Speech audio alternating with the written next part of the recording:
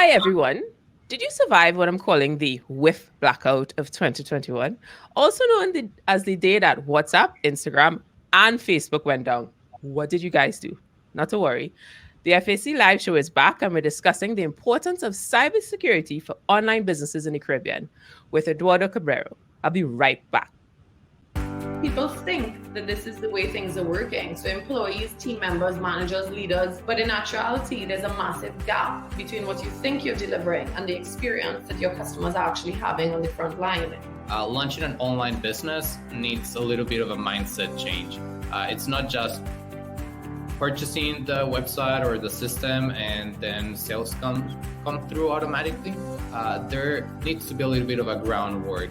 I mean, we are talking about going after the customer. This seems so obvious, but it's not, because when you are talking in a digital world, this customer now is much more empowered. It's much more criterious. It's much more looking for real relevancy on the way that he's connecting with any engagement, any company, any product, or any offer.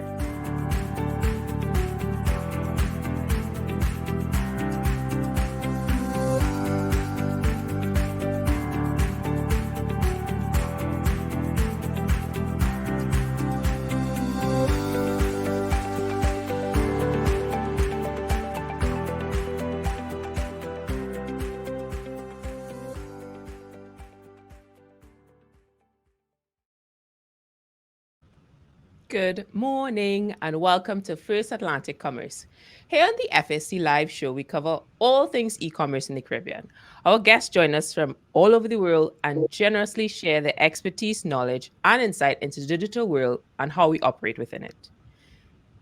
If you're joining us from LinkedIn or Facebook, because Facebook is back, thanks so much. Don't forget to like and follow our page to continue seeing content that'll help you grow your online business. Today, we have the great privilege to talk to Eduardo Cabrera. He is the Chief Cybersecurity Officer at Trend Micro. He's responsible for analyzing emerging cybersecurity threats and has worked with Fortune 500 clients. Before joining Trend Micro, he was a 20-year veteran with the United States Secret Service. I'm so afraid even just saying Secret Service. With expertise leading in information security, cyber investigative, and protective programs in support of the Secret Service. He's a guest lecturer at the New York University Polytechnic Institute, Computer Science and Engineering Department. And he's also a Miami Dolphins fan, which while you were sharing with me, I kind of was, there was some trepidation. So I don't know if you want to share your story about that, Eduardo. Welcome, Eduardo. Where is he? Hi. Thank you for having me. It's fantastic. No, I think you captured it very well. Spent a big part of my career in the Secret Service, 20 years to be exact, and I've spent 6 years at Trend Micro as the Chief Cybersecurity Officer. So it's been a great career on both ends, on the public side and on the private side. So unfortunately, yes, I am a Dolphins fan, and oftentimes I find myself crying more than cheering. But yes, thank you for the introduction. It's great to be here. Awesome. So, as someone who follows sports, you are clearly aware of the ups and downs and the trial of tribulations that's relatable to so many entrepreneurs. And as always, I'm joined by Chris Burns, the CEO of First Atlantic Commerce, here to help connect the dots with the technical side of e-commerce. Chris, where in the world are you? Are you back in the Caribbean? Yeah, well, I'm back in Bermuda. So I have very fortunately been able to travel for the first time in about 18 months. I went over to the UK, and I've also been over to the US in the last couple of months. So I'm feeling refreshed. I've managed to escape our 22 square miles, see the rest of the world, and look forward to traveling a bit more, actually. So, now that I sort of understand all the things that are required and the many, many hoops you have to jump through to get to it from A to B now. But happy to be back in Bermuda. It's, as I said, always worst places you can be in this type of lockdown. So, but happy to be able to have some freedom to travel as well. Awesome. Well, This has been a minute since we've done this FAC show, and I actually missed these discussions because I learned so much. And I want to really dive into the conversation around cybersecurity, because I think that cybersecurity is going through a brand crisis. And I have that's a personal opinion on my part, because it's such a common word now, like how social media was common and digital marketing is common. So there's this word, but what does it really mean? Because I was having a conversation with a business owner over the weekend, and she's kind of aware of what I do, and she's asking me about her website and e-commerce. Actually, she was asking what FAC was, and I was sharing that. And I was asking her, okay, so where is the security element of your conversation? And she goes, well, the web developer is going to organize that. And I'm like, okay, please join us at 10:30 a.m. on the FSC LinkedIn page so you can understand why that is wrong. So, Ed, can you share with our audience, if you're having a conversation with her, where would you start? Well, I think when it comes to cybersecurity, be it for any part of your system, be it your e-commerce or your systems across the board, I think first and foremost, when you think of cybersecurity, it's thinking of risk management, right? So we all have to personal risk management. We have to, protect ourselves from physical security threats, people breaking into our homes, cars, and possibly trying to hurt us.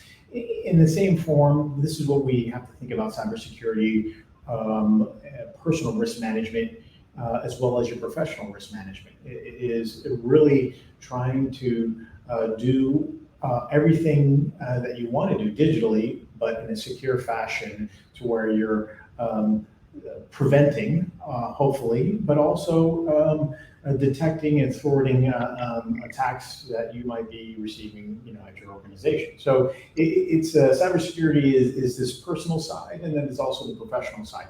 So I would tell her that basically that's where you really need to start to understand where cybersecurity starts. It really starts with your users, your customers, and your employees. That is a great place for us to start, especially with a lot of companies understanding that their customers have changed, so the expectations have changed as well. And the idea of paying additional, a little extra for delivery doesn't seem so far-fetched, especially in the Caribbean, because I know they're the Ubers of the world. But the Caribbean is still evolving. And within that development, from Chris' side perspective, what is one of the biggest myths when it comes to setting up your e-commerce website? Well, from a security perspective, I think one of the biggest myths is that online is less secure, I guess. So and I think Ed will be able to talk about this as well. Is that a lot of the data breaches that you see where card numbers are stolen are more from a physical world. And then those card numbers are more likely to be used in an online transaction because there are, I guess, easier ways for fraudsters to use that from an e-commerce perspective. But I think a lot of the issues that we've had in terms of adoption within the Caribbean over the years is that people just have not trusted the technology. They want that physical check in their hand. They want to deposit their cash with the teller. They don't want to do all these things that have existed for quite some time now and quite securely in terms of transferring or receiving cash. So I think that, and now that we've been in the scenario we have over the last 20 months and people have been forced into an online world, I think that adoption is come very quick now, and that level of trust is there now because people have had no choice but to use these services, whether it's internet banking or depositing cash at an ATM or purchasing online or paying bills online.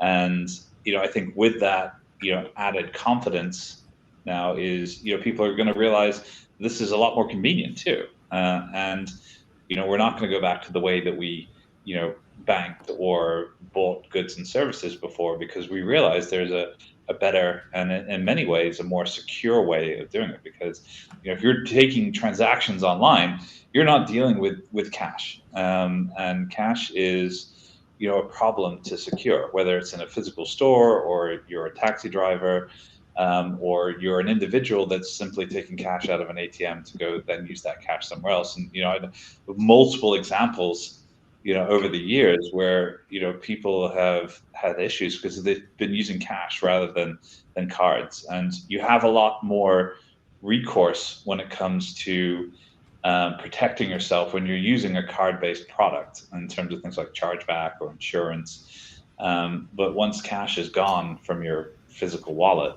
it's very hard to sort of prove that you paid that cash or protect that cash. So I think a lot of those aspects are going to come into play over the next again sort of 18 sort of 24 months, where people are just continuously moving away from any sort of cash-based product.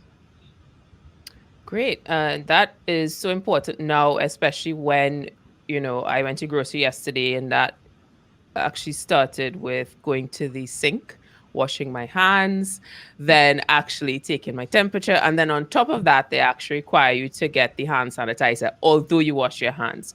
So yeah, cash is not something that many of us want to engage with at this point in time. And the unbanked conversation is something we're going to cover in a later event. So head over to the events page of FAC, First Atlantic Commerce LinkedIn page, and you could join that event at the end of this month.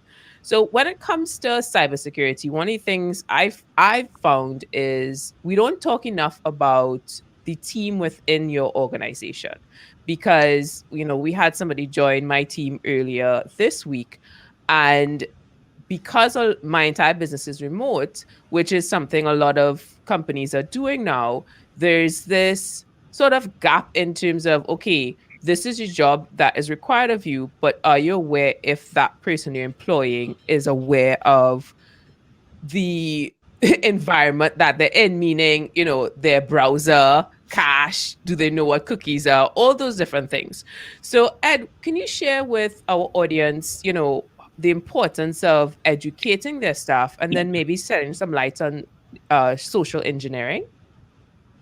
Yeah, no, absolutely. And I think everything that we do, personally and professionally, is really, we should start with why. Why should we do anything that we do, right? And then in terms of cybersecurity, very important concept is security awareness training. This really speaks to prevention, right? And also prevention, pound of cure. This is the concept that oftentimes gets overlooked, and unfortunately, we talk about security awareness training in terms of a very boring process, and it doesn't have to be. I think security awareness training is very important, and it really enables you as an organization to talk about the why and the threats that you face as an organization, the threats to your infrastructure. So be it as a teleworker or in an office, obviously as a teleworker, we have more unique challenges, right? You have family members possibly sharing laptops to get on the internet, which is you shouldn't do. You should really segment your home systems for work and also for your personal lives. So segmenting not only the hardware, but software, but also the actual networks.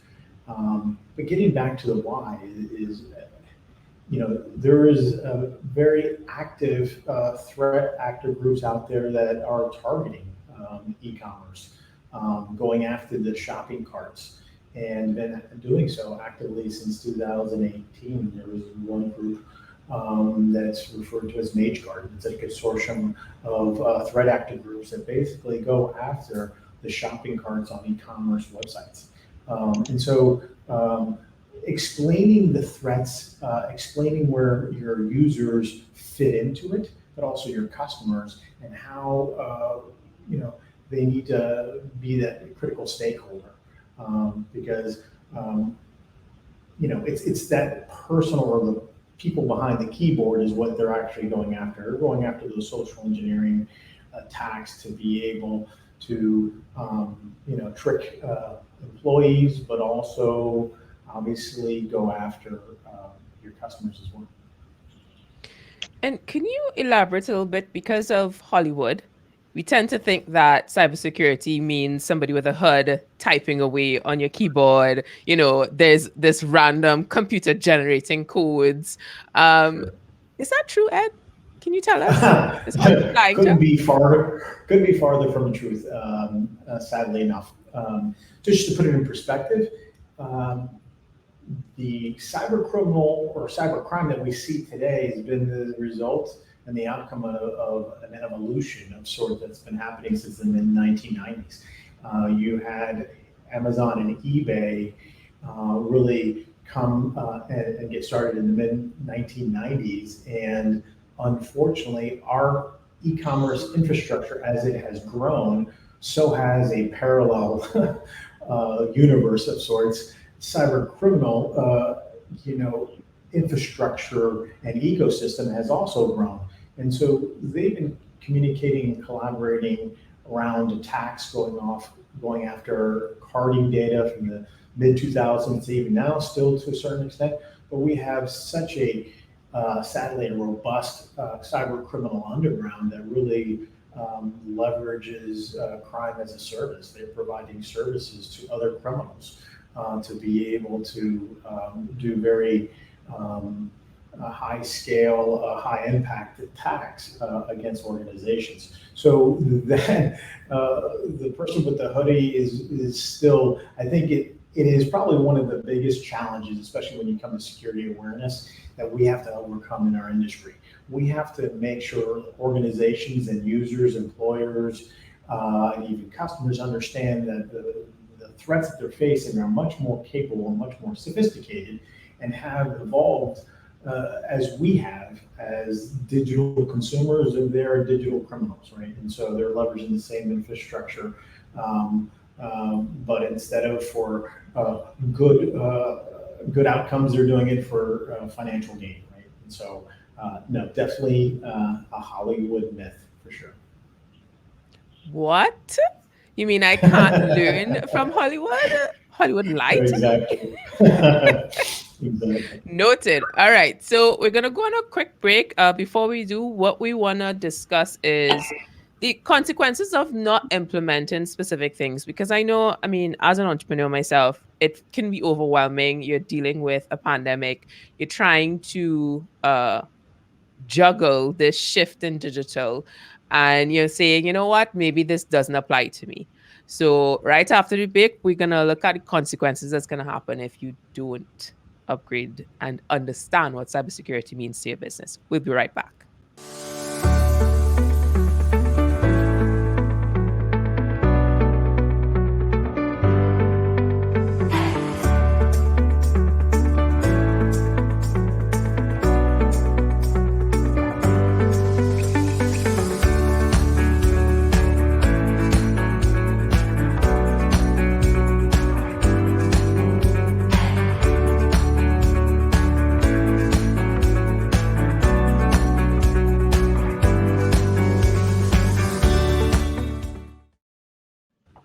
Welcome back, and thank you so much for joining us today. FSC Live covers all things e-commerce, with guests joining us from all across the world, sharing their knowledge on this digital world that we're all a part of. You're not going to find these conversations anywhere else, so make sure to smash that like button and follow us on LinkedIn so you don't miss a live show.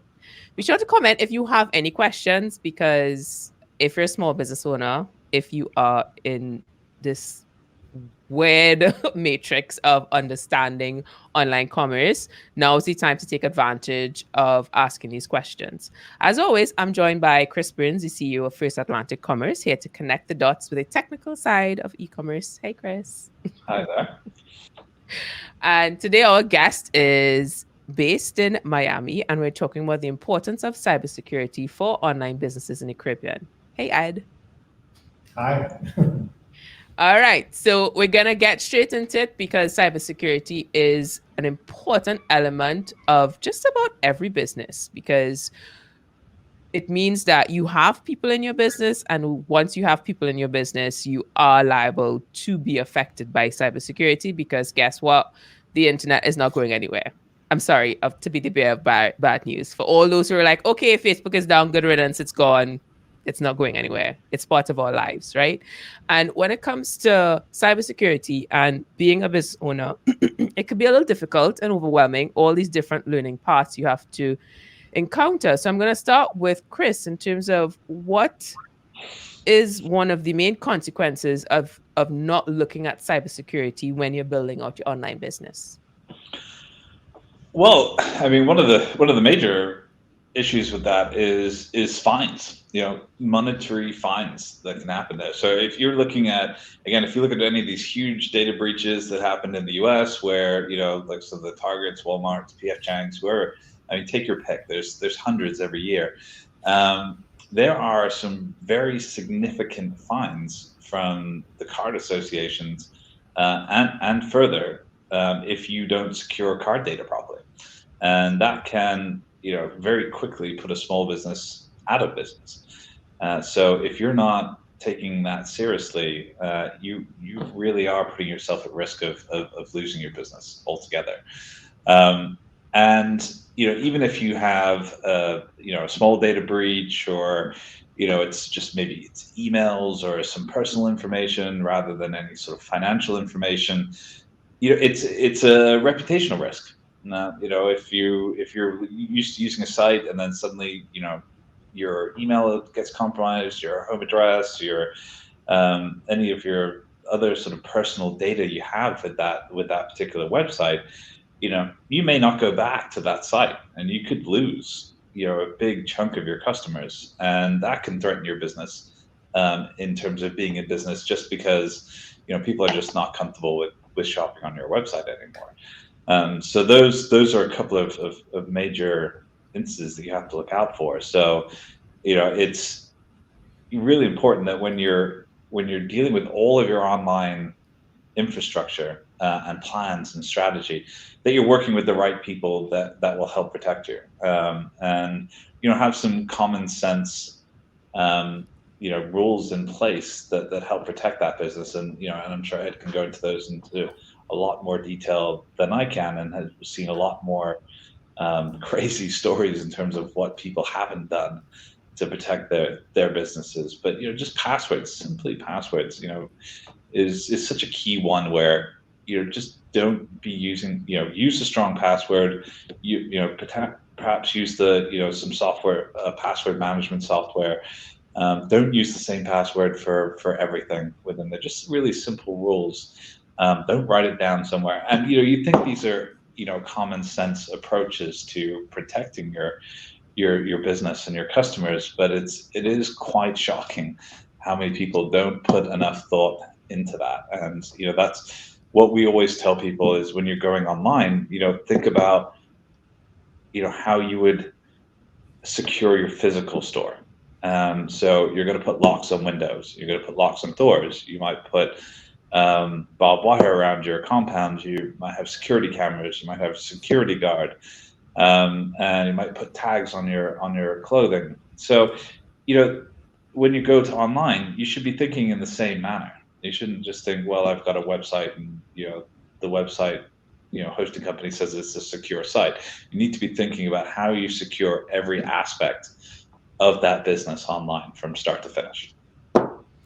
It's interesting you mentioned the password, because I had an event on digital literacy for parents, and one of the attendees shared a story about her kids and her having their passwords, and she mentioned that the passwords were their birthdays, and my entire body just went, and it's like, what? Why because it starts there.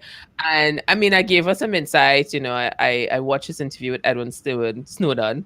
May not be the most favorite person in the US, but he had an interesting perspective on how to create passwords that are sentence, or I actually create passwords that are little internal goals of mine, and it helps me remember it even more. And it seems simple, but common sense is relative. I know Chris mentioned common sense, but it's so relative. Yeah. And with Ed's 20 plus year experience in this space, right now you are in Miami. In the Caribbean, I find that we tend to use things like only in Trinidad. It's like, oh, there's this saying, God is a Trini. So what happens is we think that we are unique. Nobody is just like us, which we are in some sense. But I see that translate in how we do deal with business. So we see these things and we're like, that's not going to happen to us. We're in Trinidad. Nobody cares about us. What would you say to that, Ed? Well, let me let you in a little secret. I think I think a lot of small, medium-sized businesses think the same thing, right? Everybody sort of has this false sense of security that sort of unfortunately becomes reinforced because they haven't been, possibly attacked yet, right? And so a lot of organizations then do this analysis. Well, we don't have anything of value. And that's the second problem, right? One, we're not special, and two, we don't have anything of value. And just as Chris mentioned, the physical analogy is phenomenal, and I love it. What you do at the physical side, you do layered protection. You have alarm systems, you have cameras, you try to extend your security beyond the front door, right? Because you want to make sure that you can possibly, light is possibly the number one security product that has ever been invented. It is a light.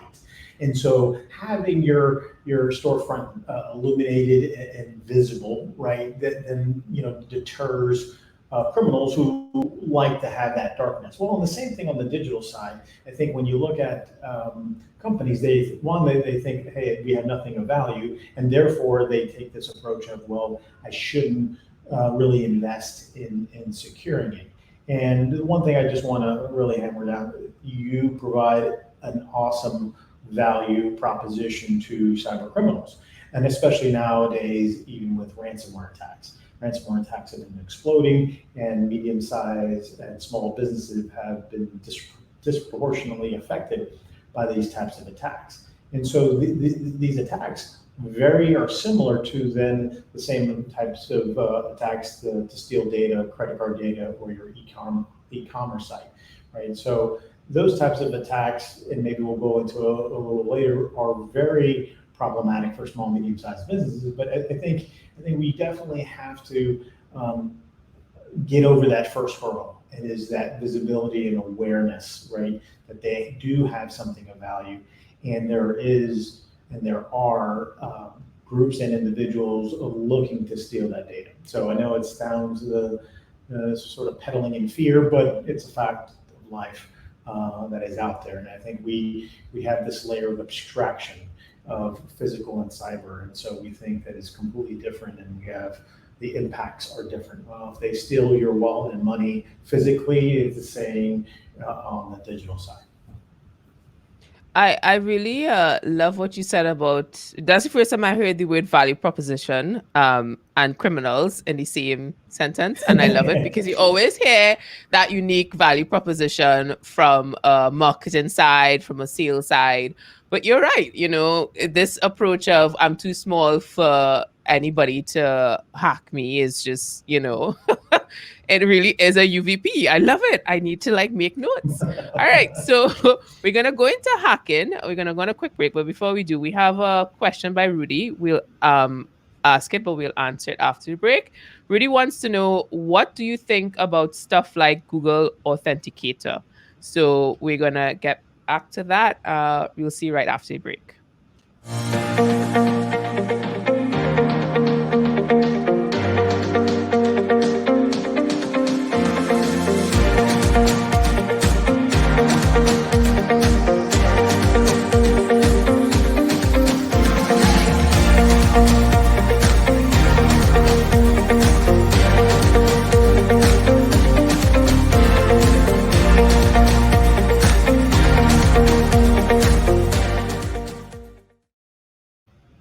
Hi, welcome and thank you for joining us today. This is the FSC Live Show where we cover all things e commerce with guests joining us from different places around the world. We're actually in Trinidad, Bermuda, and Miami. Oh, technology, it's so great. And we're sharing knowledge on the digital world that we are all trying to figure out. You're not going to find these conversations anywhere else, so be sure to smash that like button and follow us on Facebook so you don't miss a single live show. Be sure to comment if you have any questions, and we're actually going to ask one right now because Rudy wants to know what do you think about stuff like Google Authenticator? Ed, do you want to take that? Yeah, I'll take it. Well, first and foremost, I think keeping the theme of the physical analogy. If you have a storefront, you usually have a physical lock with a key, but then you have an alarm system that you end up putting in a passcode. Well, this is the same type of security infrastructure we're talking on the digital side is multi-factor or two-factor authentication. Having the ability to not only something that you know, but something that you have, right? It is very important, and it should be one of the basic tenets for everything that you do personally, and then also for your business, right? Make it mandatory two-factor or multi-factor authentication for your employees, but also your customers. I think that will go a long way. As far as Google Authenticator itself, I think they are one of several authenticator apps that are out there. I think one possibly not better than the other. I think it's one of those things is just use one, right? I think it's critically important nowadays to have and to utilize authenticator apps or solutions to do their two-factor authentication and multi-factor authentication. So I don't want to take it for granted that everybody knows what two-factor authentication is. So can you just let us know, Ed, what that is? Yes, it's a form of authentication of bringing in something that you know and have, right? So two-factor authentication utilizes username and password, something that you know, and then something that you have is usually a digital token or a hard token, meaning that sometimes it's a code, a randomly generated, cryptographically generated code that you utilize in addition to your username and password, right? So it's just that extra layer of authentication that you want to have for your users to your systems and networks, as far as employees, and then possibly for some of the services that you might be selling online. Great. And is this something, Chris, that's applicable when you are starting your e-commerce website?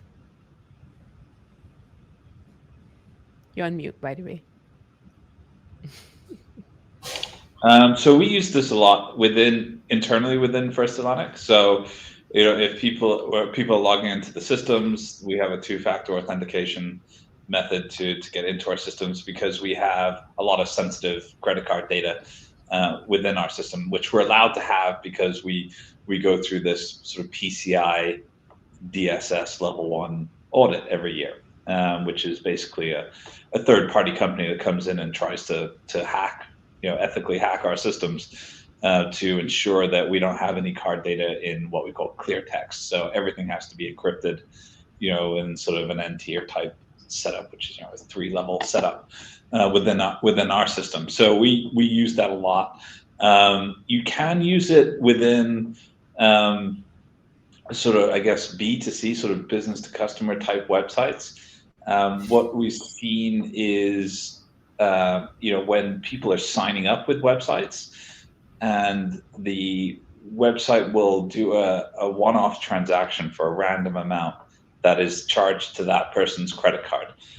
And then they have to come back and, go and retrieve that amount and enter that amount to finish their login and registration with the website. So it is, that is a, again, sort of two-factor in its own right, because you everything that in terms of everything that you're setting up for your registration, your name, address, all the other details, and then something you have because you've had to log into your online banking, look at your credit card statement, get that amount, and then input that back in. So that is a very secure way of sort of validating that the person that is registering during the transaction is the owner of the credit card. Where we see more of the two-factor authentication, more of the sort of the online banking, rather than the sort of the each transaction for the website, but also where you do see, I guess, another level of two-factor authentication is 3D Secure, which is otherwise known as sort of verified by Visa, MasterCard secure code, where you're having, if you've been on those websites, and a lot of our clients through the Caribbean are 3D Secure enabled, so you'll see that verified by Visa or MasterCard secure code or Amex SafeKey logo on their website. So the purpose of that is to give another layer of authentication for that card. So it's like an online PIN number in a way. So when you have put in all your details about your credit card, the 3 digits on the back, the expiry date, the name, the billing address, if that card is enrolled in the program, we will check, and then you will get a response that brings up basically another window and ask you for your password or PIN number that's associated with that card. So that's another way to secure that transaction and validate that person that's doing the transaction is the person that owns that credit card. So you can certainly use that method as well. And just on those two-factor, it's just a great way to help secure anything in that manner. And if merchants are getting to a certain size and they're using people that are in different countries, or the teams are getting bigger, it is a great way to help secure your own internal infrastructure and making sure that only the right people are accessing your systems from that perspective. And if you do have people that are lazy with their passwords and using God123 or password, or just all ones or whatever that might be, if you have that sort of second layer of authentication, if somebody does guess the password, it's hard to get the authenticator code as well, because the person has to have the physical phone, they have to be able to log into the phone, and then they have to be able to retrieve that number from the authenticator. So they are a great tool overall for anything digital, from my perspective. Yeah, and for consumers out there who may think it's just an annoying step, it is the equivalent of you just putting a car alarm, because that is sort of, this, you buy a car, you put in your car alarm. It seems automatic. It's the same concept, because it's either that or someone goes away with all your information and you get a call from the bank. Did you just take a trip to Russia? No. Yeah. Yeah. And it's amazing. Yeah. And the speed of the two-factor is quite incredible. Literally when you press submit, you have a notification on your phone, within half a second to authenticate that transaction. So it's not going to delay anything. Definitely not. And let's get into the conversation about hacking. We mentioned earlier this perception of someone with a hoodie and typing away and automatically creating codes that all of a sudden you're going to enter into this server. So Ed completely dismissed this reality. It's not true, guys. It's not true. But what exactly is hacking? Because you hear about hackathons, you hear about, someone getting into a specific website. What does it actually mean? Well, the interesting thing with hacking, and obviously you have researchers out there that really take offense to it. Hacking in and of itself is not a bad term, or those that do hacking from hacking physical things, and you see this all over these different channels, and be it YouTube or elsewhere and stuff, where they have their own channels talking about that they're hacking, utilizing or hacking in the kitchen, they're hacking this, they're hacking that. So the term itself, it is not a bad term. Unfortunately, it's been aligned over the years with malicious threat actors, be it from nation state or cyber criminals that actually utilize methods and means to bypass the security controls of the systems that they're trying to compromise. And so hacking, unfortunately, has gotten a bad rap. But when you hear about the hackathons, it is an interesting concept that is here where we're trying to identify collectively. Having these hackathons is the next generation of cybersecurity professionals to be able to understand, because ultimately the best way to understand how these cyber criminals or nation state actors are doing what they're doing is actually emulating those types of attacks and doing these types of attacks to try to either compromise devices or compromise websites or compromise network systems for companies and organizations. So the other term that you'll hear is pen testers or penetration testers that are seen as white hat hackers. Another term that you'll hear too is white hat, black hat, and gray hat. But white hat hackers are usually your penetration testers.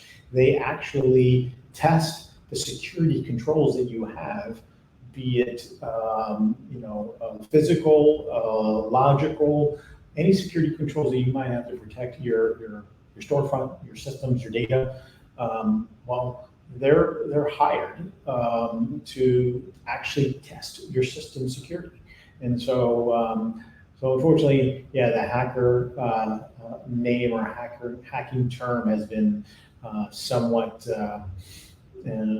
maligned.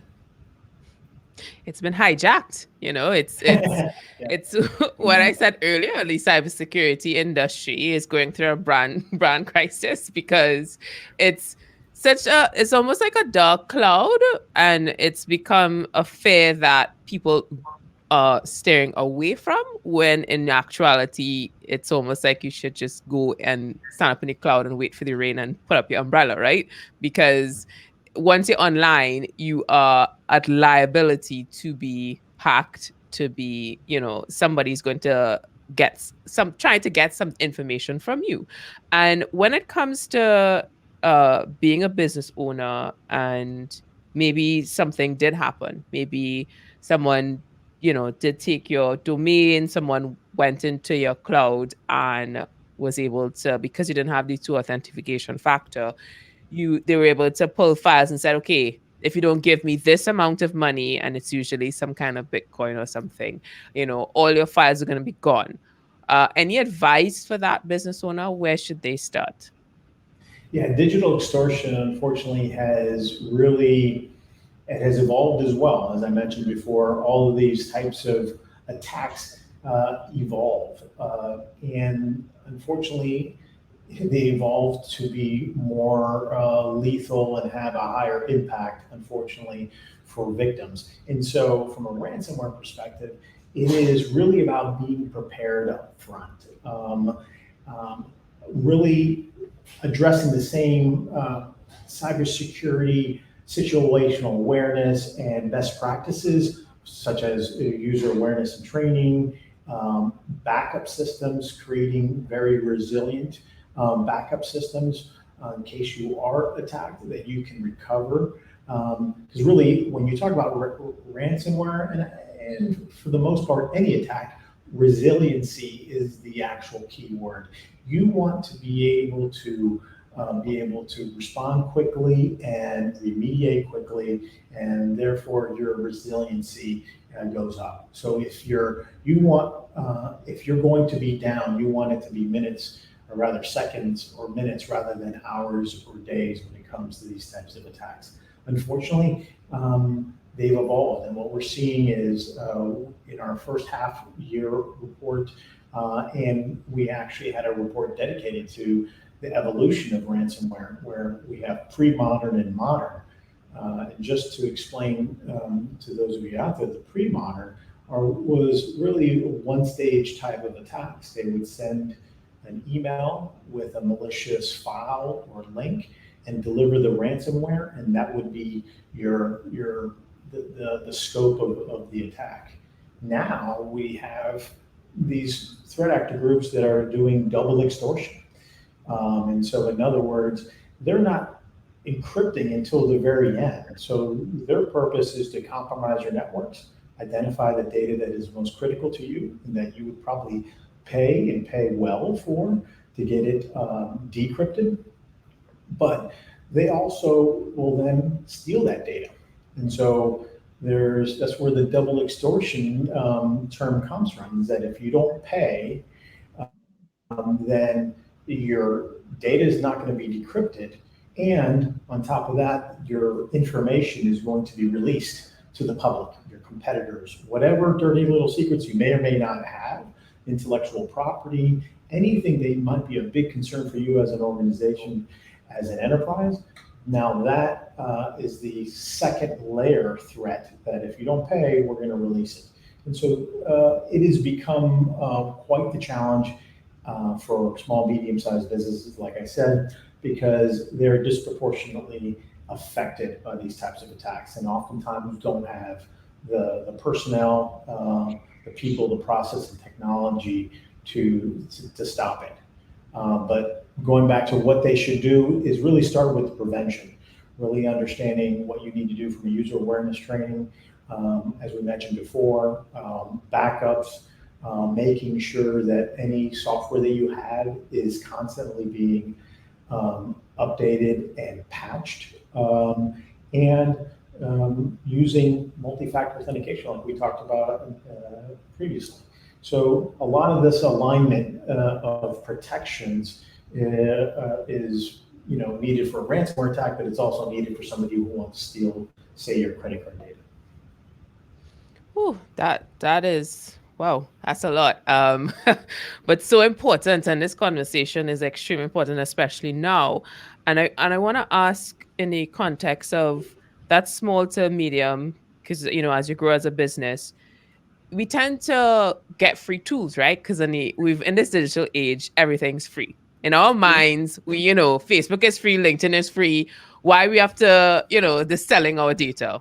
Obviously we are the product. But what I found with a lot of small businesses, because we do have a huge creative economy in Trinidad and the Caribbean in general. So some people may have a side business. Some folks may actually turn their side business into a full business, but they continue using those same tools. So, not they have the Gmail suite, they're free. You have Dropbox, which boggles my mind in the space that I'm in, as well as WeTransfer.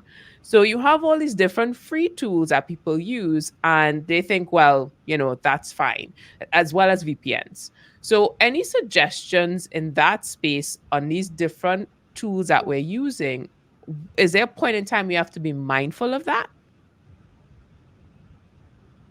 And yes. Want me to take it? Yeah. I mean, yes. Actually, it's been a growing problem. There has been a long history of regular applications, paid applications, and services that have been the targets of cyber criminal groups. And that's where we see a daily listing of vulnerabilities that are identified in these applications. And so this is done through bug bounty programs and so forth like that, meaning that there's programs that researchers are paid to identify vulnerabilities in company softwares and services and even operating systems. So on the free tools, has sort of had a unique, nobody's been really focused on actual open source and free tools as possibly an area that might be compromised. And we've seen recent releases and information and blogs and reporting on open source tools being compromised, be it by malicious libraries embedded within these open source tools that provide backdoors or ways into those applications after they've been already installed. So there is this healthy awareness that needs to happen when it comes to open source tools. Yes, it's free, but you also have to understand that a lot of these tools are part of possibly a GitHub project where there was a lot of contributors that to make that software work better, do these contribute, but also creates opportunities for bad guys to be able to get in there and introduce malicious code within these open source tools. Thanks for that. I really appreciate that. I want to put that on recording on loop for everybody to understand that free doesn't necessarily mean long term. I'm not saying you shouldn't start your business somewhere, but you really do have to invest in that side of your business. And when it comes to building your e-commerce space, obviously your website is the cornerstone of that revenue. And what I've found in businesses that not even in e-commerce, but just general businesses in the public sector and the private sector in the Caribbean, that HTTPS is a fleeting, it's like an idea, it's a thought. It's not something that a lot of folks have. So Chris, can you share the importance of that? Why that S is important after the TTP? Yeah. So for us, we mandate it for all our clients.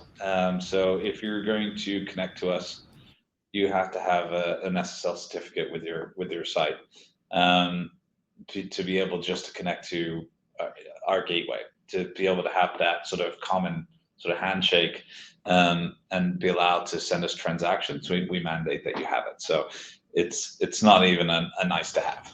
It is the very least that we expect from our customers to do it. And and I think when choosing your website, you're going to want to you want to look at that the provider that you're going with. Are you going to ask your friend to build this, or are you going to use a company that is more experienced in creating secure website environments for their customers? Whether that's somebody a web development shop that's going to build it for you from scratch, or are you going to use some of the the more established website builders?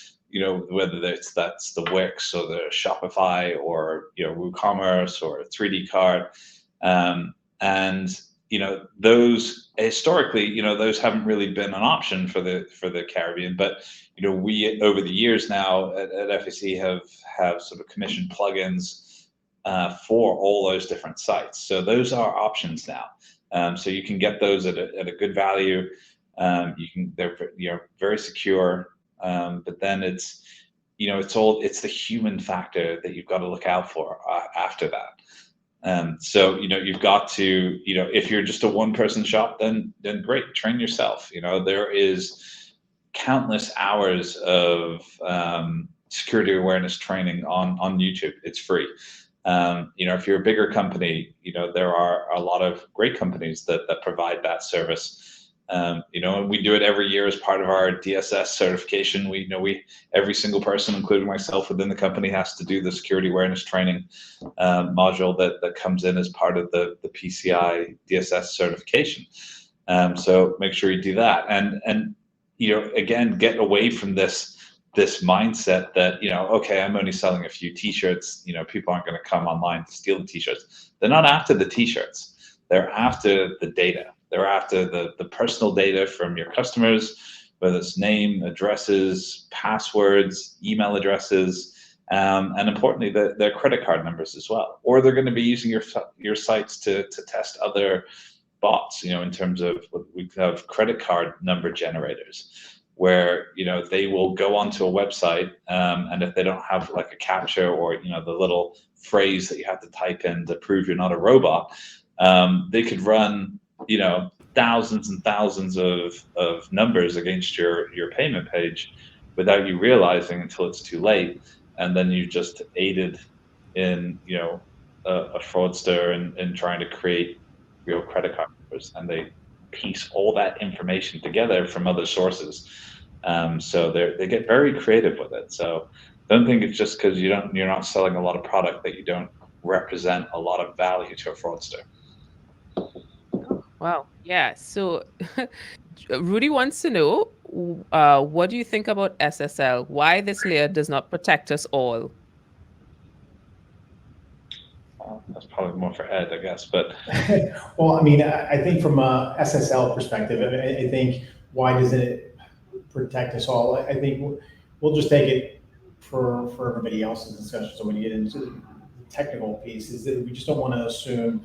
I mean, you want to have layers of security and encryption, right? So from an encryption perspective, same thing, abiding by PCI standards, you want to have all your credit card data encrypted in transit and at rest, right?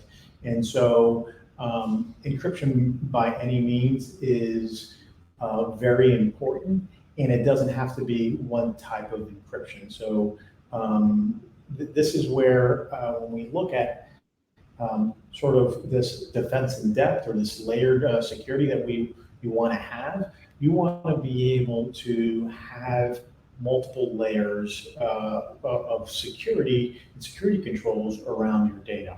Because as Chris mentioned, I mean, it is the data itself. Again, you might not realize the value of the data, but your customer database might be extremely valuable depending on the company that you are, where they can go after. And the one concept that we didn't talk about yet is the fact that you and your company and your infrastructure might be the target, but not the primary target, but the secondary target, meaning that your infrastructure, possibly you have a lot of IoT devices or a lot of devices that are exposed to the internet and not protected, but if compromised, now they can be co-opted, made zombies and a part of a botnet. And so not to go down this rabbit hole of botnets, but you as an organization, as a company, as an enterprise, might not be the primary target, right? Your company might be the target to get to other targets, so to speak. And so we also talk now in terms of, and we see it in the news every day, the challenges of supply chain and supply chain attacks. So it's not just you may be the third-party vendor or supply chain provider to another organization, a company that you sell to upstream. And so this is very important because now you're being compromised to leapfrog into that other organization. And so these are the things that we have to understand. I know we talked about SSL and I sort of pivoted on it, but encryption is one of those things that is very important at the cornerstone of what you need to do to secure your data. Wow, that is so interesting. You know, the supply chain conversation. Didn't even think about it like that. It's so interesting because you could just be a pawn to something bigger, basically. Exactly. Yeah. Whoa. That's intense, guys. I feel like I need to now create like a plan for all new staff. Like I'm just like, guys, I'm afraid now. Yeah. Well, I think if you look at Target, the hack there, I think, Ed, correct me if I'm wrong, but I think that came through their air conditioning software. Yeah, so that one was interesting because it was a Secret Service investigation at the time, and I was doing my time at DHS as a liaison, and so yeah, it was actually the HVAC company that was a vendor to Target, but it was actually them and their account into their vendor portal, right? And so this is something unique, right? So it's not just oftentimes things do get repeated, and you know, I heard at one point in the early on when it was happening that they got through the the AC ducts or something like that. But no, this is something as simple as your vendor portal. So if they steal credentials of that particular vendor and the credentials that vendor utilizes to sign into their customers' vendor portal to be able to get paid, to submit invoices and so forth, well, then you can imagine how valuable that is. And then depending on the other side and the other end, if that vendor portal is not properly secured, again, ensuring, going back to the two-factor authentication, making sure your vendors who you're using your vendor portal actually utilize two-factor authentication. So that minimizes that threat. But yes, it's been around, and I mean, and it takes many different shapes and forms, and SolarWinds and is one of the most recent supply chain issues and challenges. And so, as you can see, it's not just the software that you use or the software that you're using on your machines. It's also the services that you're utilizing. So the risk is much broader, and just have to understand that. Wow. Okay. So onboarding, your staff has to have that element of cybersecurity, because you fall risk at not just being attacked from your business, but being part of an ecosystem. You are more liable. And I am definitely making notes and have changes to apply before the end of the year. Okay. So let's close off. As a Miami fan, you spoke about this desire to continue supporting regardless of them failing you, and right. And as a Yes. a small business owner, a lot of times we fail, but we keep going. What advice would you give to that business owner who may feel overwhelmed by all this information that was shared today? I think partnership is key, right? I think one, first and foremost, and the most painful part is understanding and having visibility, understanding the threats that you face, and understanding the vulnerabilities that you have. And that's the start. That's where you start. And very scary, and can be a huge task depending on what's happening with your organization. But I think it's a great first step. The second step is the partnership piece, looking at partners in your industry, partners in law enforcement, partners in government, to be able to be, as Chris mentioned, that resource, right? If your security team is one person, making sure that one person is staying up to date with training and awareness of the types of attack, the tactics and techniques, but also how is that one person then communicating that message throughout the rest of the organization? Very critical is this communication piece. So I think my one thing is it's a challenge, but it's a challenge that can be met. And I think the best way to do this is through partnerships. We haven't talked about law enforcement. One of the first things in law enforcement, I'd say you really don't want the first time as a business owner calling your local police department, having a relationship with them after you've been broken into. You really want to build this community, of security and community watch. We have community watch in neighborhoods, but around business centers and areas. Having that communication and relationship with law enforcement first, incredibly important. And then, like Chris said, is working with everybody in your sector, your industry, but also in your area. It's all local as well. Awesome. Thank you so much for that. I think that's a great place for us to end today. Thank you so much to Ed and Chris for joining us today.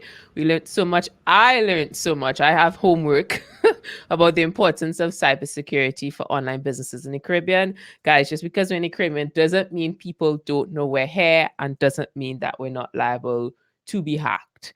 So be mindful and be aware of these steps you need to take to ensure that your online business is secure. So be sure to join us next week, Tuesday, at the same time, where we are chatting with Dion, who is the program manager at Google. We will be discussing how can Google help your online business succeed in the Caribbean. As always, be sure to like and follow our page on LinkedIn so you don't miss a single live show. And thank you for joining us today, guys. See you soon. Bye.